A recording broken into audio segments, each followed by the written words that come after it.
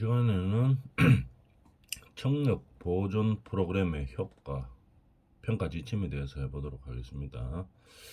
청력 보존 프로그램의 평가는 이, 이 평가가 어떻게 잘 되는지 이런 것들을 확인해 보려고 하는 거죠. 우리가 청력을 보존하기 위한 프로그램을 사용하는데 이것이 이제 잘 활용되고 있는지 적절하게 효과를 나타내고 있는지를 이제 평가를 해야 되겠죠. 그러려고 하면은 어떻게 해야 됩니까? 정기적인 청력 검사를 통해서 청력 보존 효과를 평가하는 거겠죠. 그래서 이 프로그램을 통해서 우리 근로자들의 청력을 잘 보존하기 위해서 이 검사가 적절하게 진행되고 있는지 이것을 평가하는 거죠. 자, 그러면 뭐 어떤 것들을 평가를 하는지 한번 볼까요? 소음 노출 평가 방법 및 결과의 적정성에 대해서 평가를 해봐야 되겠죠. 소음에 노출됐는데 근로자들이 노출되어 있는데 이 노출되어 있는 게 얼만큼 노출되어 있는지 이걸 평가를 해야 되겠죠. 그래서 우리가 법에 정한 그 기준치 이상의 소음에 노출되어 있는지 이런 것들을 따라서 평가를 해줘야 되겠죠. 이 방법이 적절한지 이런 것들을 평가하는 겁니다. 그 다음에 결과가 적정한지, 적정하게 결과를 나타내고 있는지 이 청력 보존 프로그램을 평가를 하는 거죠. 그 다음에 공학적, 과학적 대책 수립이 적합한지를 평가를 하는 거겠죠. 우리가 청력 보존 프로그램을 운영하다 보면은 이 프로그램에 따라서 우리가 뭐 공학적 대책이라든지 관리적 대책을 세우죠. 이런 세우는 대책들이 적합한지를 평가하는 겁니다. 그래서 뭐 예를 들어서 소음원에 대해서 우리가 직접적으로 소음을 줄이기 위해서 소음원에 뭐, 예를 들어서 뭐 방음 장치를 한다든지 방진 패드를 넣는다든지 아니면은 아예 실을 만들어서 소음원을 그 실로 실을 안에서 이제 소음원이 발생하도록 하면은 이 근로자들이 느끼는 소음도가 많이 떨어지겠죠. 뭐 이런 방법들이 여러 가지 방법들이 있죠. 공학적 대책, 그다음에 관리적 대책. 그래서 우리가 관리적 대책으로는 뭐 소음원을 동시에 우리가 사용하지 않는다. 뭐 이런 것들을 관리적 방법이라고 둘 수 있겠죠. 그다음에 근로자들을 소음원에서 최대한 멀리 배치한다. 아니면은 뭐 순환 배치한다. 근로자들을 뭐 3시간 정도 소음에 노출되는 장소에서 근무를 하고 그 다음에 나머지 3시간은 소음원이 없는 쪽에서 우리가 뭐 근로 활동을 한다. 그 다음에 뭐 나머지 1시간은 휴식을 취한다. 뭐 이런 관리적인 대책이 있을 수가 있겠죠. 이런 방법들에 대한 대책들이 적합한지를 판단하는 겁니다. 그 다음에 작업 능력에 따른 청력 보호구를 선정하고 사용하고 유지 관리하는 것이 적합하게 잘 진행되고 있는지를 평가를 하는 겁니다. 그래서 우리가 청력 보호구를 지급하긴 했는데 이 우리 근로 현장에서 발생하는 그 소음에 적합한 이런 청력 보호구가 지급이 돼야 되겠죠. 그것을 적합하게 잘 선정을 했는지, 그 다음에 이것을 잘 사용하고 있도록 교육을 시키는지, 근로자들이 잘 착용할 수 있도록 교육이 잘 되는 거, 그 다음에 유지 관리가 잘 되어서 뭐 감염의 위험을 방지시키고 있는지 이런 것들을 이제 평가하는 거죠. 그 다음에 청력 평가 시스템의 적정성 여부, 적정하게 잘 평가시키고 있는지 이런 것들의 확인이 필요한 거겠죠. 그 다음에 근로자에 대한 교육 훈련에 적정한지, 교육 훈련이 적정한지에 대해서 우리가 평가를 하는 겁니다.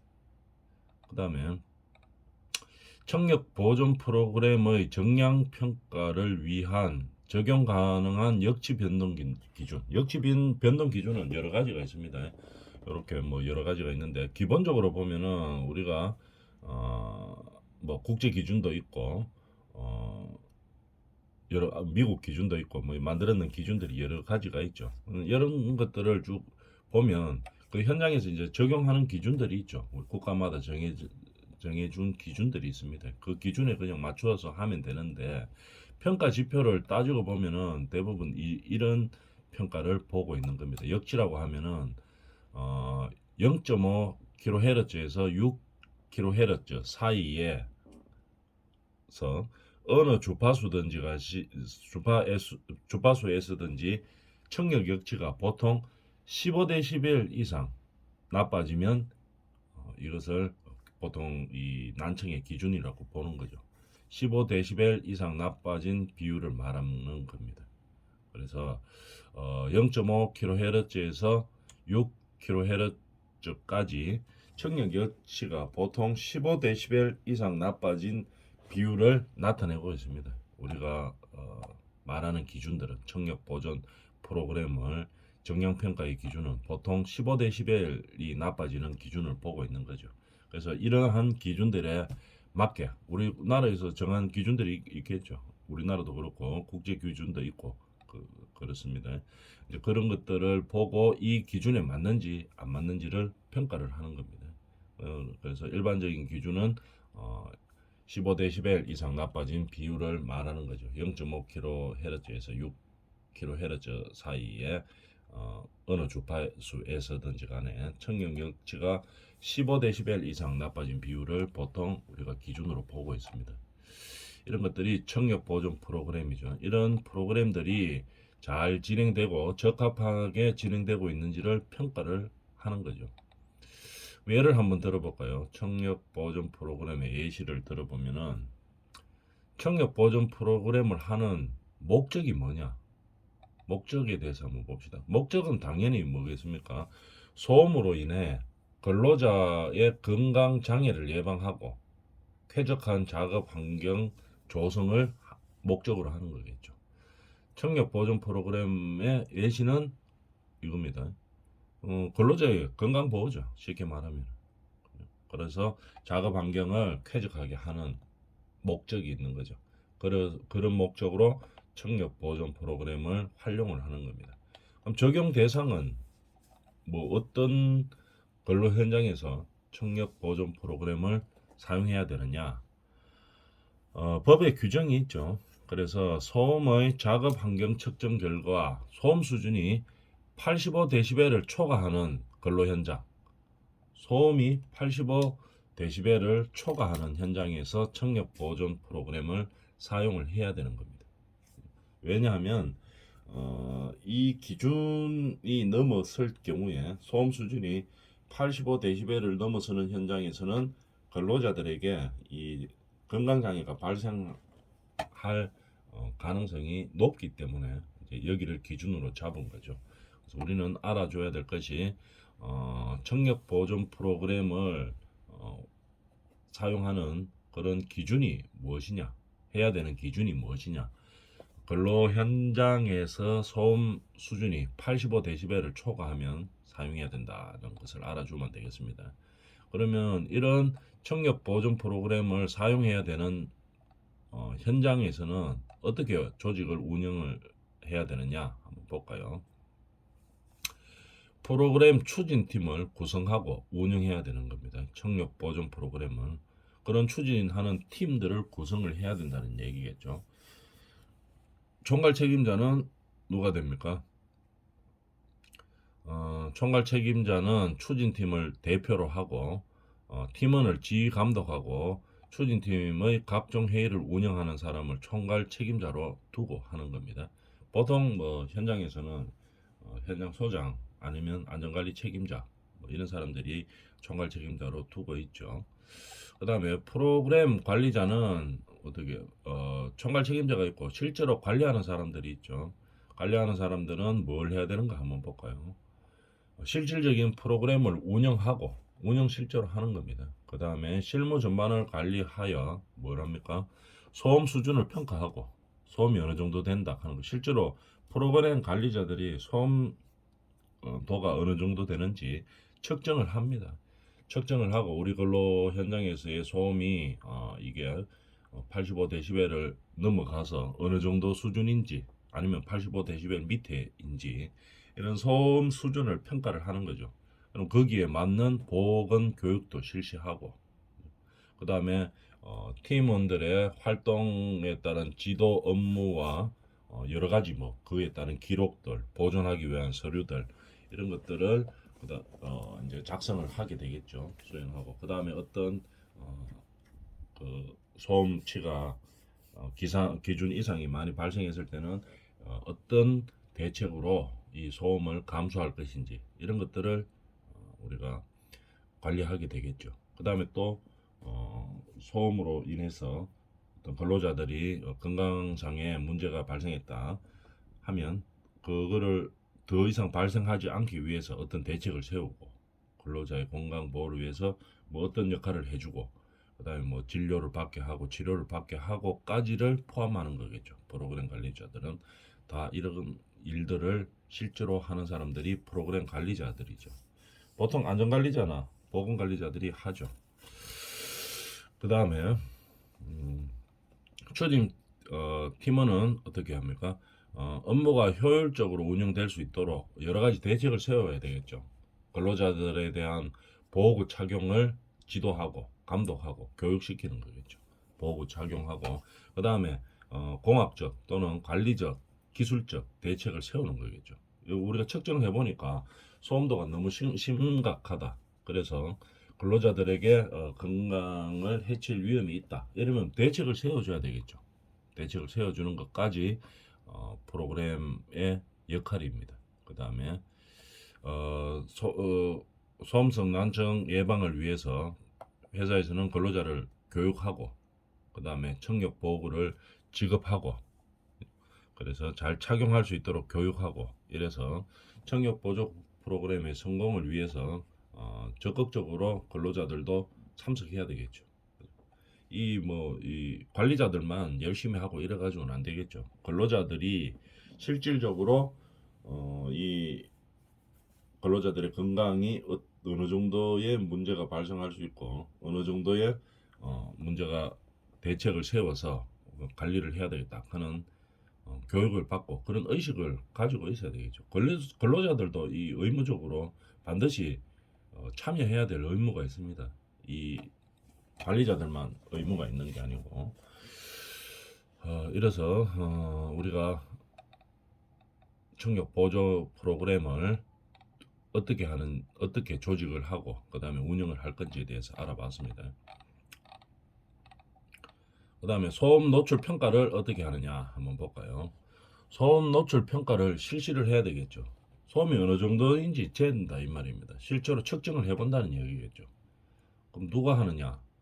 아무나 하는 게 아니고 소음 노출 평가는 노동부 장관이 지정하는 기관이 있죠. 작업 환경을 측정하는 기관을 활용하거나 아니면은 자격 요건을 가진 사람들이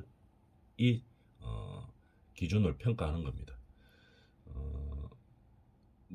그러니까 소음 노출 평가는 누가 하느냐? 아무나 하는 게 아니고 노동부에서 지정했는 기관이 있습니다. 그럼 그 기관에서 받든지 아니면은 노동부의 자격 요건을 가진 사람들이 있죠. 뭐 자격증을 가진 사람들 그런 자격증을 가지고 작업 환경을 측정하러 하는 거죠. 그래서 그 사람들이 이 평가를 하는 겁니다. 소음 노출 평가가 어떻게 된다 하는 것을 평가하는 거겠죠.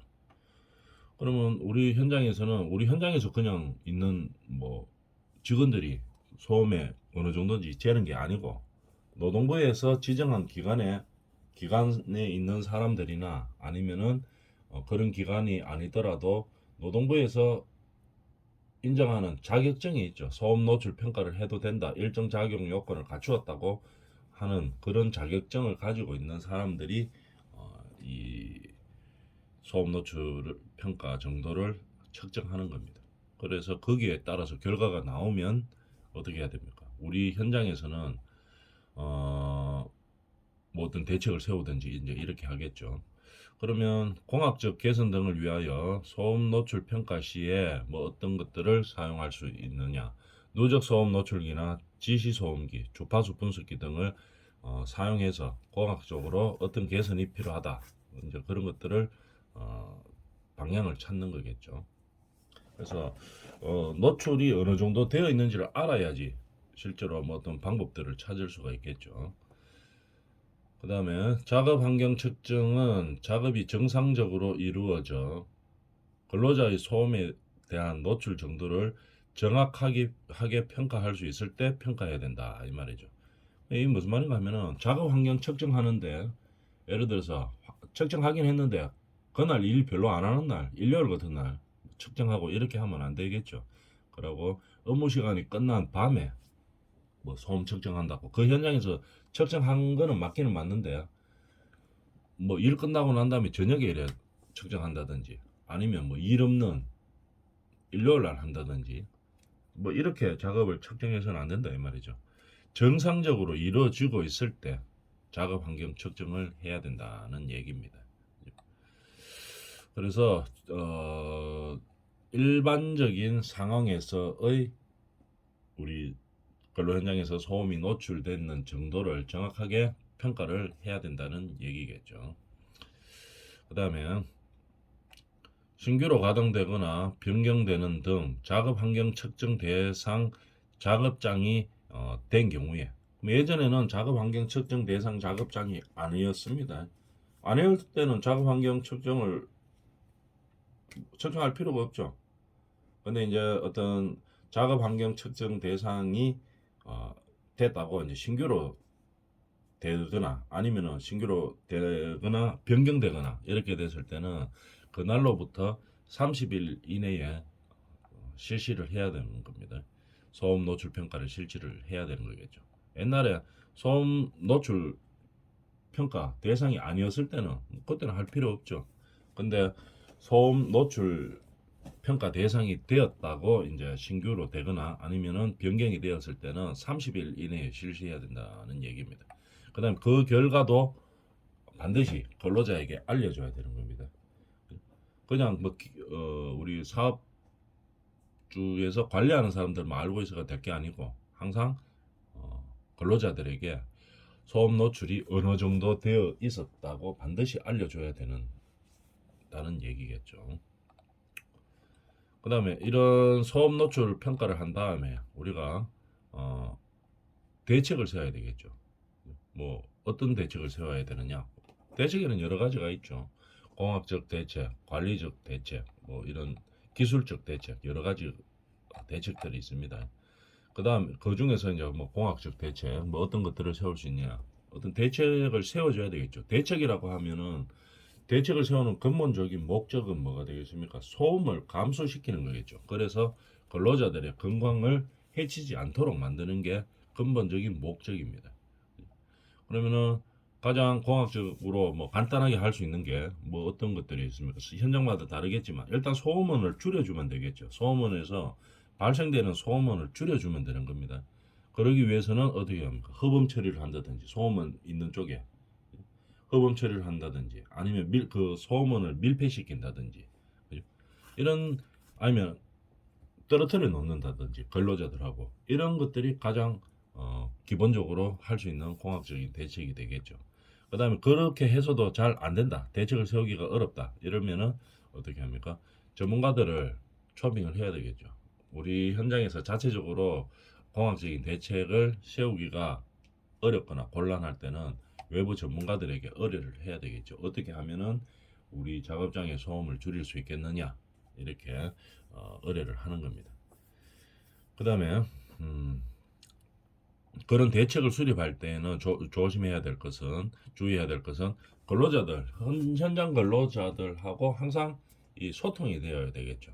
그냥 근로자들하고 그 협의 없이 그냥 사측에서 그냥 밀어붙여가지고 어떤 대책을 만든다 이러면은 근로자들이 반발이 심하겠죠.